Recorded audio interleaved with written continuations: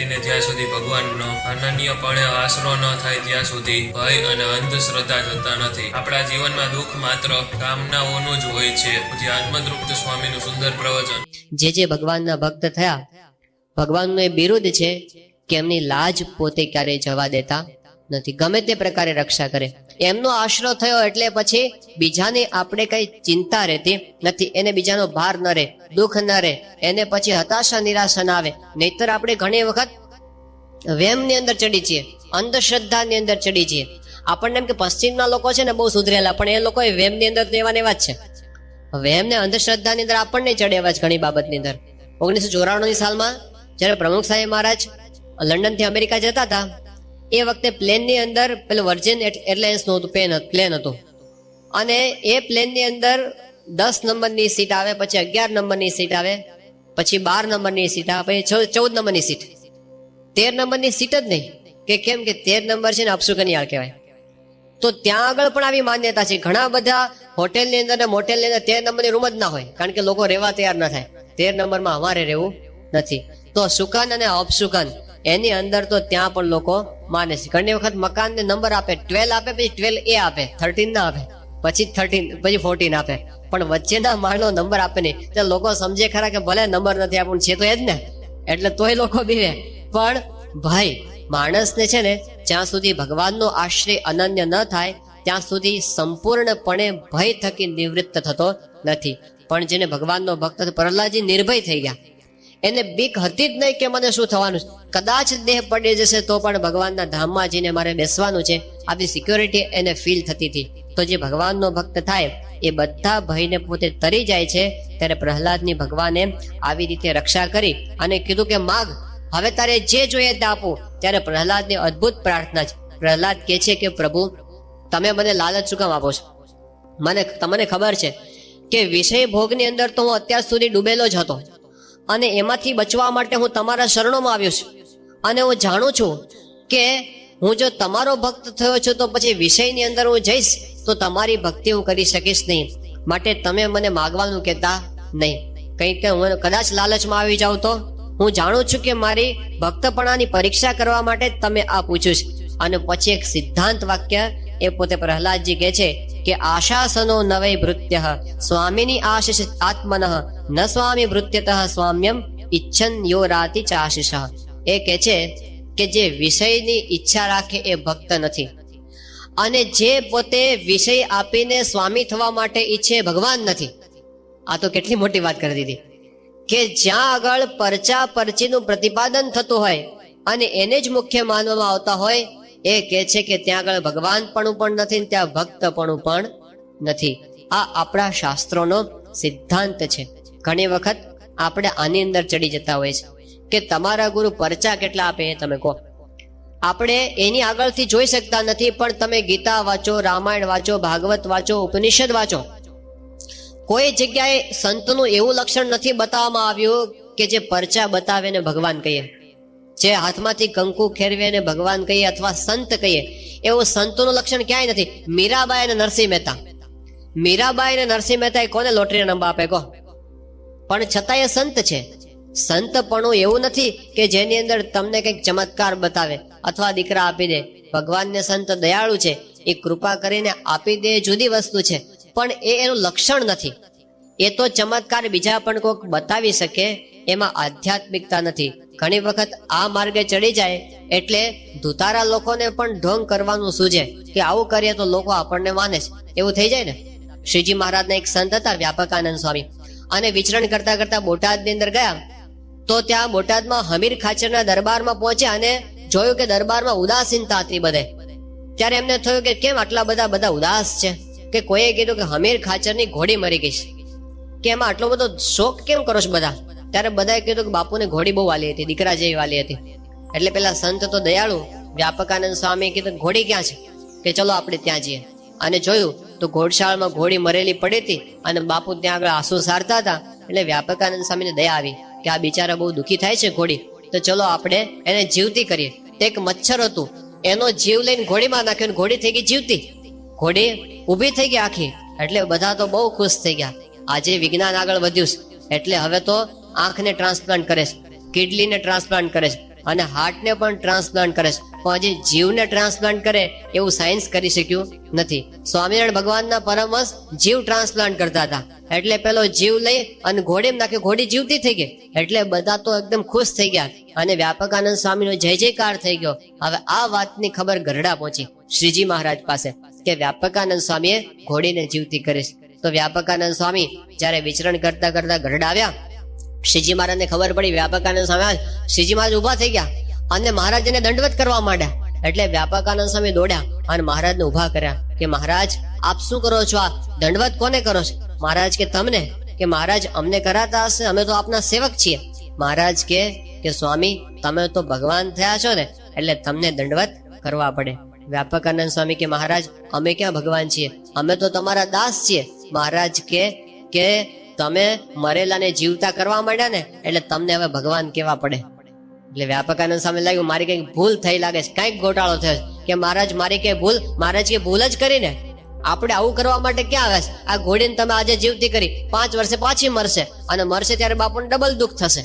આપણે જ્ઞાન આપવા માટે આવ્યા છે, મરેલાને જીવતા કરવા આવ્યા નથી. આ તો મૃત્યુલોક છે, તમારો દેહ પડવાનો છે, મારો દેહ પણ પડવાનો છે, પણ આવા પરચા પરચીના રવાડે લોકોને ચડાવવા નહીં. યોગીજી મહારાજ મુંબઈમાં હતા ને, યુવકો કે બાપા આપણે આખા બ્રહ્માંડમાં સત્સંગ કરાવો છે. યોગી બાપા કે હા બાપ આપણે આખા બ્રહ્માંડમાં સત્સંગ કરાવો. એટલે યુવકો કે બાપા એક ઉપાય છે, બહુ સહેલો ઉપાય, તમને અમે બતાવીએ. યોગી બાપા કે કો એ શું છે?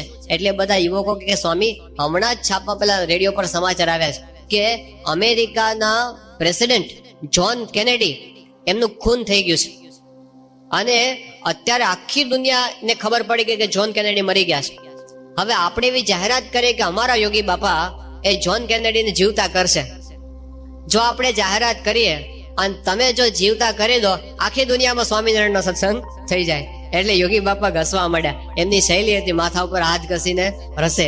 યોગી બાપા કે ગુરુ જો આપણે જ્હોન કેનેડીને આજે જીવતા કરીએ ને, તો આવતીકાલથી આ દાદર મંદિરમાં એટલા બધા મળદાઓની લાઈન થાય કે તમે કે જીવતો માણસે બેસી શકો નહીં. પછી તો બધાને જીવતા કરવાના થાય. કોને મરવું ગમે છે? પછી તો આખી ફેક્ટરી થઈ જાય કે મરેલાને જીવતા કરવાની ફેક્ટરી, એટલે BAPS સ્વામિનારાયણ સંસ્થા. હવે એ થોડું છે, આપણે આ લઈને નથી બેઠા. યોગી બાપા કે આપણે તો ભજન કરાવવા માટે આવ્યા છે, આપણે ભગવાનનો આશરો અને એને જન્મ મરણ જ ટળી જાય એવું જ્ઞાન એને થઈ જાય, પછી શું જરૂર છે? આ તો સંતનું કાર્ય આ છે. એ ક્યારે? એટલે પ્રહલાદજીએ કીધું કે જે પોતે પરચા બતાવીને પોતે સ્વામ્યમ ઈચ્છે છે એ પોતે હકીકતમાં સ્વામી નથી. ખરો જે ભક્ત એ છે કે પરચા ઈચ્છે નહીં. ખરા ભગવાન એ છે કે પોતે પરચાથી પોતાનું ભગવાન પણ સાબિત કરવા પ્રયત્ન કરે નહીં.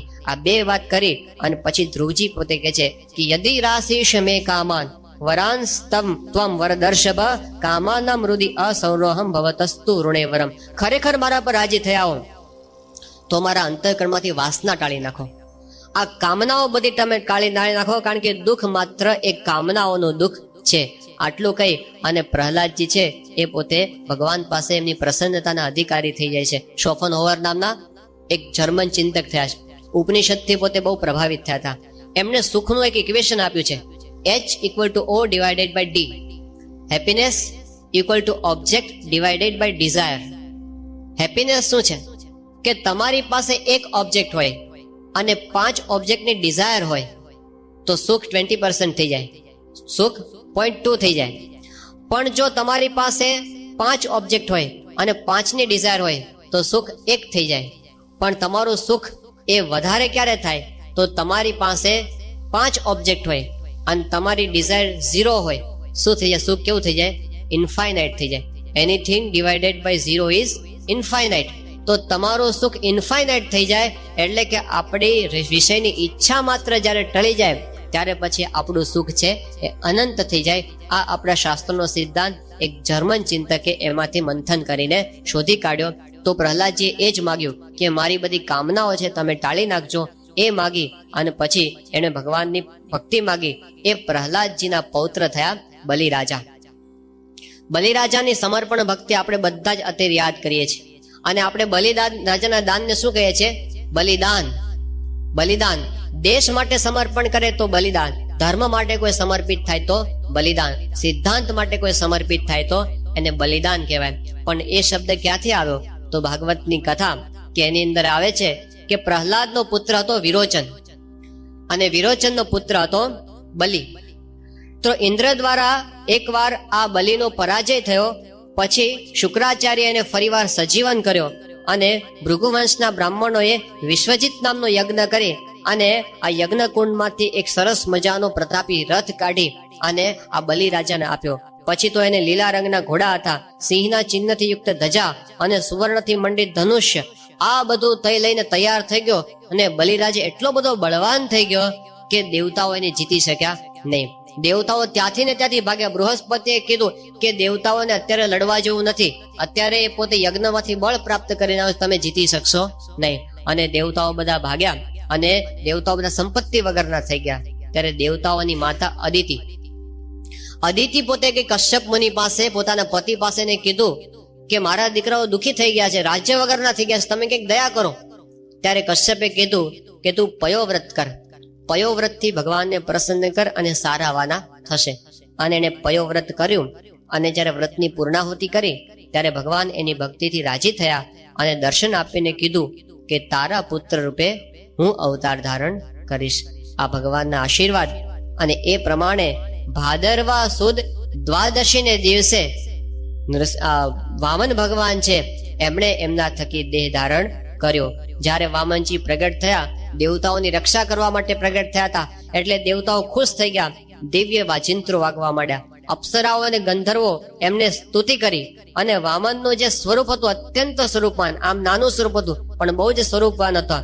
જાત કર્માદી સંસ્કાર એમના કર્યા, પછી એમના ઉપનયન સંસ્કાર એટલે કે જનોઈનો વિધિ આવ્યો અને જનોઈની વિધિમાં બધા જ દેવતાઓ હાજર રહ્યા અને કે છે કે એમને સવિતા દેવ એટલે કે સૂર્યદેવ એમણે એને ગાયત્રી મંત્રનો ઉપદેશ આપ્યો, બૃહસ્પતિ એને યજ્ઞોપવિત આપ્યું, કશ્યપે એને મેખલા આપી, પૃથ્વીએ એને કૃષ્ણ ચર્મનું મૃગ આપ્યું, ચંદ્રમાએ એને દંડ આપ્યો, અદિતિએ એને કોપિન અને કટિવસ્ત્ર આપ્યા, આકાશાભિમાની જે દેવ હતા એને છત્ર આપ્યું, બ્રહ્માએ એને કમંડલ આપ્યું, સપ્તર્ષિએ એને કુશ આપ્યો, સરસ્વતીએ એને રુદ્રાક્ષની માળા આપી, કુબેરે એને ભિક્ષા પાત્ર આપ્યું અને ભગવતી ઉમાએ એને ભિક્ષા આપી. આવી રીતે એ પોતે બટુ તૈયાર થઈ ગયા એકદમ બટુઓ દોડાવવા માટે અને પછી દોડ્યા ત્યાંથી અને સીધા પહોંચ્યા નર્મદાના કિનારે.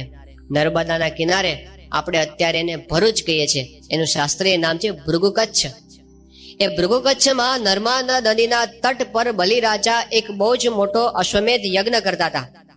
એ યજ્ઞની બધી વિધિઓ ચાલુ હતી, બધા પુરોહિતો ઉચ્ચારણ કરતા હતા, આહુતિઓ આપતા હતા મંત્રોનો. ત્યાં એમણે દૂરથી વામનજીને આવતા જોયા અને વામનજીનું સ્વરૂપ સૂર્ય સમાન તેજસ્વી જયારે એમને આવતા જોયા ત્યારે યજ્ઞના જેટલા યજમાન અને પુરોહિત અને ઋત્વિજ એ બધા એકદમ ઝાંખા પડી ગયા એમને તેજની પાસે કે આ તેજસ્વી બાળક કોણ આવે છે, ઉંમર તો નાની છે પણ બહુ જ તેજસ્વી છે. એ ત્યાં આવીને ઉભા રહ્યા. એટલે પછી આ બ્રાહ્મણ બટુ જાણી અને બલિરાજાએ એમનું સ્વાગત કર્યું કે તમારા જે પવિત્ર બ્રાહ્મણ કુમાર બ્રહ્મચારી અમારે ત્યાં આવ્યા, અમારા આનંદનો અવસર છે. એમના ચરણ ધોયા અને આસન પર બેસાડ્યા અને પછી કીધું કે બોલો તમારી હું શું સેવા કરું. ત્યારે શરૂઆતની અંદર તો એ બ્રાહ્મણ કુમારે આખા કુળના વખાણ કર્યા કે તમારું કુળ તો બહુ સારું, એની અંદર પ્રહલાદ જેવા ભક્ત થયા અને અંદર વિરોચન જેવો બળવાન પુરુષ થયો, આખા કુળના વખાણ કર્યા. રાજી થઈ ગયો બલિ કે તમારી વાણી તો બહુ વિદવત્તા સભર લાગે છે, હવે તમે માગો તમને હું શું આપું. ત્યારે એમણે કીધું કે મારે તો ખાલી 3 ડગલા પૃથ્વી જોઈએ છે, મારે કઈ જાજુ જોતું નથી. એટલે બલિ હસવા માંડ્યો. એમણે કીધું કે મુનિ તમે આમ બોલો છો ત્યારે બહુ વિદ્વાન લાગો છો, પણ હજી તમારી બાળક બુદ્ધિ છે. કે કેમ બાળક બુદ્ધિ? કે તમને બહુ માગતા આવડતું નથી. આ મારું આટલું મોટું રાજ છે, તમે માગી લો ધન સંપત્તિ ઘોડા ઝવેરા જે જોઈએ તે, આ 3 ડગલા પૃથ્વી શું માગી તમે? એટલે વામનજીએ કીધું કે જો ભાઈ હું તો બ્રાહ્મણનો દીકરો છું, હું તો સંતોષી છું, મારે કઈ જાજુ જોતું નથી. અને જેને 3 ડગલા પૃથ્વીથી સંતોષ ન થાય એને આખા પૃથ્વીના રાજથી પણ સંતોષ થવાનો નથી, માટે મને આટલું આપ, મારા માટે આટલું બસ છે. એટલે બલિરાજે કીધું સારું આપીએ. અને જ્યાં વિધિ ચાલતી હતી ત્યાં શુક્રાચાર્ય આવી ગયા અને બલિના કાનમાં ફૂંક મારી કે બલિ રહેવા દે, આમાં પડવા જેવું નથી, આ તો શત્રુનો પક્ષ છે. કે શું છે? કે આ સાક્ષાત વિષ્ણુ ભગવાન આવ્યા છે અને હમણાં તને લૂંટીને ભિખારી બનાવી દેશે, માટે એમની ભોળી વાતોમાં તું ભોળવાઈ જતો નહીં. ત્યારે બલિ કીધું ખરેખર વિષ્ણુ છે? કે હા એ જ છે, હું ઓળખી ગયો છું એને. ત્યારે બલે કીધું કે તો મારે આપવું જ છે. કારણ કે એવો વખત ક્યારે આવે કે ત્રિલોકીના ધણી આપણી સામે હાથ લાંબો કરીને ઉભા હોય, એ આખી દુનિયાનું ભરણ પોષણ કરે છે અને મારી સામે એ ઉભા છે માગવા માટે આના જેવો અવસર તો બીજો નહીં. શુક્રાચાર્ય બહુ મનાવ્યા પણ પેલો માન્યો નહીં. ત્યારે શુક્રાચાર્ય સાપ આપ્યો કે જા હવે તું ગરીબ થજે. અને ત્યારે પછી જયારે જારી રાખી કથા કરો એવું કે છે કે પાણીનો સંકલ્પ કરાવવા માટે જ્યાં પેલું પાણી નાખવા ગયા વામનજી, ત્યાં શુક્રાચાર્ય હતા એ પાણીની જાળીમાં પેલો કીડો થઈને અંદર બેસી ગયા. પાણી પડે નહીં, આમ હલાવ્યું. વામનજી કે પાણી કેમ પડતું નથી?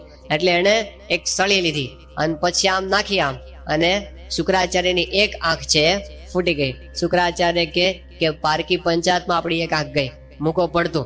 એમ કરીને બહાર નીકળી ગયા કે આમાં કઈ કરવા જેવું નથી. અને શુક્રાચાર્ય હજી સુધી કાણા કહેવાય છે. તો ત્યાં આગળ પછી ભગવાને સંકલ્પ કરાવ્યો કે અદ્યાત્ર માસોત્તમે માસે શ્રાવણ માસે શુક્લ પક્ષે શુભ પુણ્ય તિથો દ્વિતીયાયામ તિથો બુધવાસરે સર્વેષુ ગ્રહેષુ યથાશમ રાશિ સ્થાન, એમ કરીને સંકલ્પ કરાવ્યો કે હવેથી હું 3 ડગલા પૃથ્વી આપવાનો સંકલ્પ કરાવું છું. અને જ્યાં સંકલ્પ કર્યો એ સાથે પાણી નીચે પડ્યું અને વામનજી માંથી વિરાટ બની ગયા.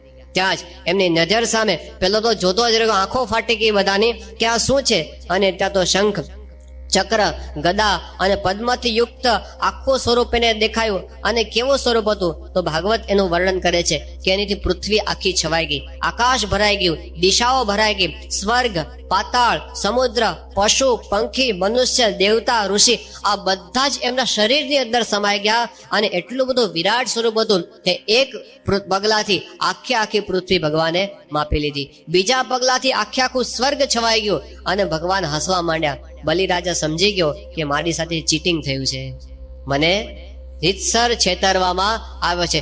સમજી ગયા બલિ, પણ બલિ છે એ વખતે ગુસ્સે ના થયા, એને ભગવાનનો અભાવ પણ ના આવ્યો. આ બલિરાજાની વિશેષતા, એ પોતે હાથ જોડીને ઉભા રહ્યા ત્યાં આગળ. અને આવી પરિસ્થિતિ જ્યારે હતી ત્યારે ત્યાં આગળ પ્રહલાદ આવીને ઉભા રહ્યા. પ્રહલાદજી એટલે બલિરાજાના દાદા, એટલે પોતાના દાદા સામે આવીને ઉભા રહ્યા. હવે પોતે એવી પરિસ્થિતિમાં હતો કે દાદાનું સન્માન થાય એમ નહોતું, એટલે બલિરાજા નીચું જોઈને ઉભા રહ્યા. અને ત્યાં આગળ પ્રહલાદે ભગવાનને કીધું કે ભગવાન તમે જે કર્યું છે ને એ બધું બરાબર કર્યું છે. જો એ પણ પોતે એમ નથી કહેતા કે મારા પૌત્રની આવી દશા કરી તમે, પણ પ્રહલાદ કે છે કે પ્રભુ તમે જે કર્યું છે ને એ બધું બરાબર જ કર્યું છે. તમે જે સંપત્તિ આપી છે એ પણ સારું કર્યું છે, અને તમે જે લઈ લો છો એ પણ તમે સુંદર જ કર્યું છે. આ ભક્તની ભાવના કે ભગવાન જે કરે છે એ સારું જ કરે છે. ત્યારે ભગવાન પોતે બલિરાજાની સામે જોયું કે બલિ બોલ, હજી મારું એક પગલું બાકી છે, જો નહીં આપે તો નરકમાં જવું પડશે. ત્યારે બલિએ કીધું કે પ્રભુ હવે તો મારું આ શરીર પૃથ્વીનો બનેલું છે, મારા મસ્તક ઉપર પગ તમે મૂકો. અને ભગવાને પગ ઉપર મસ્તક પર પગ મૂક્યો અને ત્રીજા બેઝમેન્ટમાં નાખી દીધો. સતલ વિતલ અને સુતલમાં છેક નાખી દીધો એને. અને છતાંય એને ભગવાનનો અભાવ આવ્યો નહીં. ત્યારે ભગવાન બલિની ભક્તિ પર રાજી થયા અને કીધું કે બલિ હવે તું અજય બની જઈશ, જા તને હું સાવરણી ગોત્રની અંદર, તને સાવરણી મન્વંતરની અંદર હું તને ઇન્દ્ર બનાવીશ. ત્યાં સુધી આ સુતલની અંદર તારું રાજ્ય રહેશે અને તારા દરવાજે રહી અને અખંડ હું તને દર્શન આપીશ. તારો હુકમ કોઈ ફેરવી શકશે નહીં, અને જે તારો હુકમ ફેરવશે મારું જે સુદર્શન ચક્ર એના ટુકડા કરી નાખશે. આવી રીતે ભગવાન એના પર પ્રસન્ન થઈ ગયા. શ્રીજી મહારાજે વચનામૃતમાં લખ્યું કે બલિરાજાને ભગવાને એક ઘડી માટે બાંધ્યા હતા, પણ બલિરાજાની ભક્તિ રૂપી દોરીએ કરીને ભગવાન બંધાણા છે તે આજ દિવસ સુધી છૂટી શક્યા નથી. અત્યારે આપણને ગામડે ગામડે શહેરે શહેરે અને પરિવારે દક્ષની કથા જોવા મળે છે. જેટલા કે પ્રોબ્લેમ્સ છે ને, આખી દુનિયાના પ્રોબ્લેમ્સ એ બધા અહંકારના પ્રોબ્લેમ છે. આ ભાગવત આપણને શીખવાડે છે. જો એક અહંકાર નીકળે તો ઝઘડા માત્ર જ સમાજની અંદરથી નીકળી જાય, પણ એ આપણે છોડી શકતા નથી. અને અહંકારમાંથી શું થાય છે? ઈર્ષા થાય છે. અને અહંકાર ને ઈર્ષા અને મત્સર અને અસૂયા આ બધા ભેગા થાય એટલે પછી અશાંતિનો આખો પરિવાર ઉત્પન્ન થાય છે. એટલા માટે ભાગવતે કીધું કે આ અહંકારથી મુક્ત રહેવું. રાવણને કઈ ખાવાનું ખૂટી ગયું નહોતું, દુર્યોધનને કઈ ડાયાબિટીસ થયો નહોતો, કંસને કઈ કેન્સર થયું નહોતું. એ બધા જ પોતે પૈસે ટકે ખાધે પીધે સુખી હતા. દુખી સાથી થયા? અહંકારને લીધે અને પોતાના સ્વભાવને લીધે, ઈર્ષાને લીધે દુખી થયા. એકવાર રાજાએ એવું કર્યું ને કે પોતાનો કોઈ વારસદાર હતો નહીં, એટલે એણે એવું કીધું કે આવતીકાલે સવારે જેને રાજા થવું હોય એ મારા મહેલના પ્રાંગણમાં આવી જાય, કોઈ ક્વોલિફિકેશનની જરૂર નથી. હવે આમાં કોઈ બાકી રહે? એટલે તો સવારના પોરમાં 8 વાગ્યાનો ટાઈમ હતો, પણ 6 વાગ્યામાં ગ્રાઉન્ડ ચિક્કાર, આખું ગ્રાઉન્ડ ભરાઈ ગયું કે કદાચ આપણો ચાન્સ લાગી જાય. બુઢિયા હતા આવી ગયા કે ચલો થોડો લાભ છેલ્લે આપણે લઈ લઈએ. એટલે આવીને બેસી ગયા અને રાજા પોતે 8 વાગ્યાનો સમય થયો એટલે મહેલની અટારી પર ઓહો આટલા બધા એમ્પ્લોઈઝ આવે. એને ઉપરથી જાહેરાત કરી કે હું જાહેરાત કરું છું કે આમાં તમારા બધામાંથી મારે સિલેક્શન કરું કે ભગવાન કરે સારું. એટલે અહીંથી એક ફૂદું નાખું છું નીચે, ફૂદું. એ ફૂદું જેના ઉપર પડે એ રાજા. એમ કરીને પોતે કીધું જેના પર ફૂદું પડે અંદર આવજો, મહેલમાં હું બેઠો છું અને તમારી વિધિ બધી થઈ જશે. જઈને બેઠો ની રાતે, હમણાં 5 મિનિટમાં કોઈક આવશે. પણ 5 મિનિટ 10 મિનિટ થી તો કોઈ આવ્યું નહીં, 15 મિનિટ થી તો કોઈ આવ્યું નહીં, અડધો કલાક થયો તો કોઈ આવ્યું નહીં, પોણો કલાક ના. પેલો રાજા કોઈ આવતું કેમ નથી કોઈ?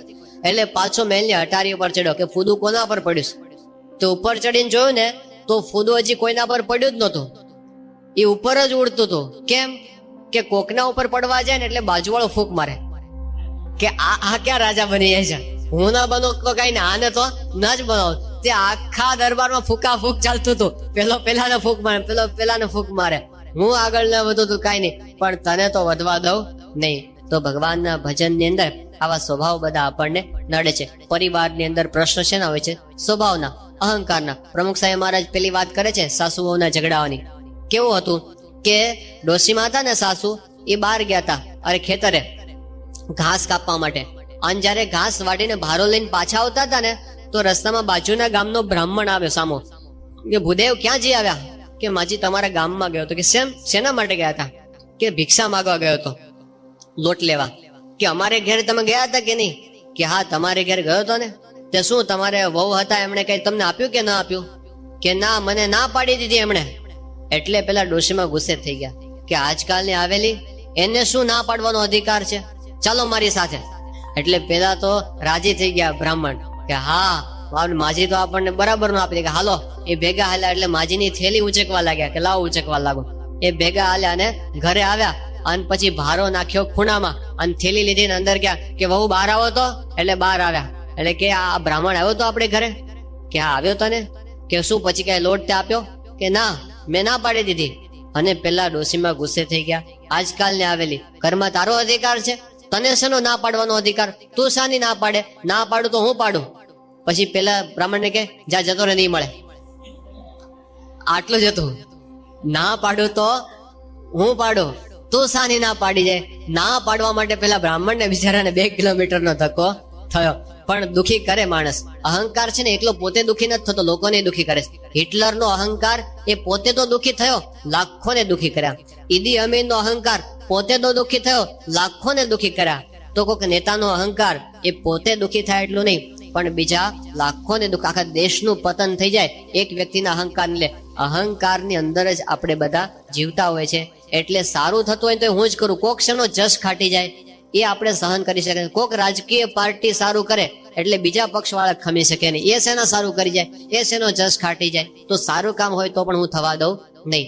આવો આપણે ત્યાં થકી દુનિયામાં છે, એ માણસનો સ્વભાવ છે. પણ એ જ્યાં સુધી હશે ત્યાં સુધી સમાજની, દેશની કે પરિવારની પ્રગતિ થઈ શકે નહીં. અને ભજનમાં તો સુખ આવે જ નહીં. તો એ જો આપણે છોડીએ, ભાગવત કહે છે કે દક્ષ પ્રજાપતિ જેવા આપણે થવું નહીં. નહીતર શેનું મોઢું થશે? બકરાનું મોઢું આપણું થશે અને દુઃખી થવું પડશે. બીજાને પણ આપણે દુઃખી કરીશું. શ્રી સ્વામિનારાયણ ભગવાનની જય.